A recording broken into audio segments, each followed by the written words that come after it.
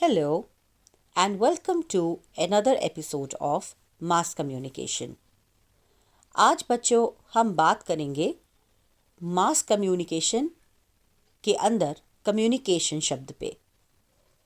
तो अगर आपने हमारा चैनल अभी तक लाइक, शेयर और सब्सक्राइब नहीं किया है तो जल्दी से मीडिया शिक्षा को लाइक, शेयर और सब्सक्राइब कीजिए। तो स्टार्ट करते हैं। Lights, camera, action. कम्युनिकेशन का मतलब क्या है? कम्युनिकेशन एक लैटिन शब्द कम्युनिस से उत्पन्न हुआ है, जिसका मतलब होता है टू मेक कॉमन या फिर शेयर करना। कम्युनिकेशन का सीधा सीधा मतलब समझें तो ये इंफॉर्मेशन शेयरिंग को माना जाता है। कहा जाता है कि एक व्यक्ति दिन में 24 घंटे कम्युनिकेट करता है। अगर वो सो रहा है तब भी। आप पूछेंगे ये कैसे? तो ये जान लीजिए कि आप जो सपने देखते हैं या आपका अनकॉन्शियस माइंड भी बातें करता है और आपकी थॉट्स भी इन बातों का ही एक हिस्सा होती हैं, यानी आपके दिमाग में चल रही बातें या सोच। कम्युनिकेशन हमारी जीवन की एक बहुत ही ज़रूरी और महत्वपूर्ण प्रोसेस है। आपको ये भी बता दें कि कम्युनिकेशन ह्यूमन और नॉन ह्यूमन दोनों फॉर्म्स में होता है। आप ये तो जानते ही हैं कि जानवर भी आपस में बात करते हैं, उसको भी कम्युनिकेशन ही माना जाता है। और इंसान तो आपस में बात करते ही हैं, लेकिन हम ये बात किस तरह से करते हैं ये समझना भी बहुत ज़रूरी है। तो आपको ये भी पता होना चाहिए कि ह्यूमन बीइंग्स बहुत तरीके से कम्युनिकेट करते हैं। तो let us start with types of communication. तो हम कैसे कम्युनिकेट करते हैं?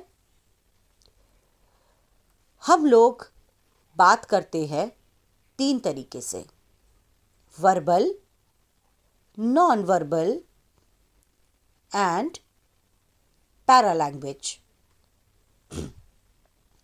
वर्बल कम्युनिकेशन का सीधा मतलब है बोलना, और लिखना भी इसी में आता है।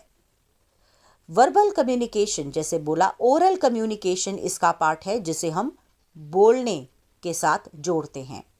और रिटन कम्युनिकेशन जो है वो आपको पता ही है। आप किताबें पढ़ते हैं, किसी का लेटर पढ़ते हैं या फिर आप किसी को लिखते हैं लेटर, तो ये सब रिटन कम्युनिकेशन का पार्ट कहलाता है। यहाँ तक कि आपके लिखे गए एसेज और ब्लॉग्स भी इसी कम्युनिकेशन का हिस्सा होते हैं। बात आई नॉन वर्बल कम्युनिकेशन की, तो ये होता है body language.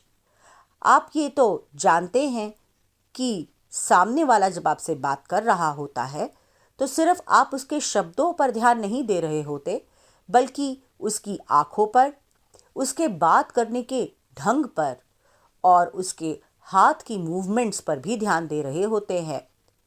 Of course facial expressions इसमें इंक्लूडेड हैं ही, यानी चेहरे पे आ रहे हाव भाव। और आप ये भी मानेंगे कि चेहरे पे आ रहे हाव भाव शब्दों से ज़्यादा आपको उस व्यक्ति की सोच के बारे में बताते हैं। आपको ये जान के हैरानी होगी कि एक रिसर्च के आधार पर यह माना गया है कि नॉन वर्बल कम्युनिकेशन यानी बॉडी लैंग्वेज आपके कम्युनिकेशन का 65% हिस्सा है, यानी कि 100 में से 65% आप बॉडी लैंग्वेज के द्वारा समझते हैं और समझाते हैं। अब आएंगे हम पैरा लैंग्वेज पे। पैरा लैंग्वेज साइंस और सिंबल्स या जेस्चर्स के ऊपर होती है।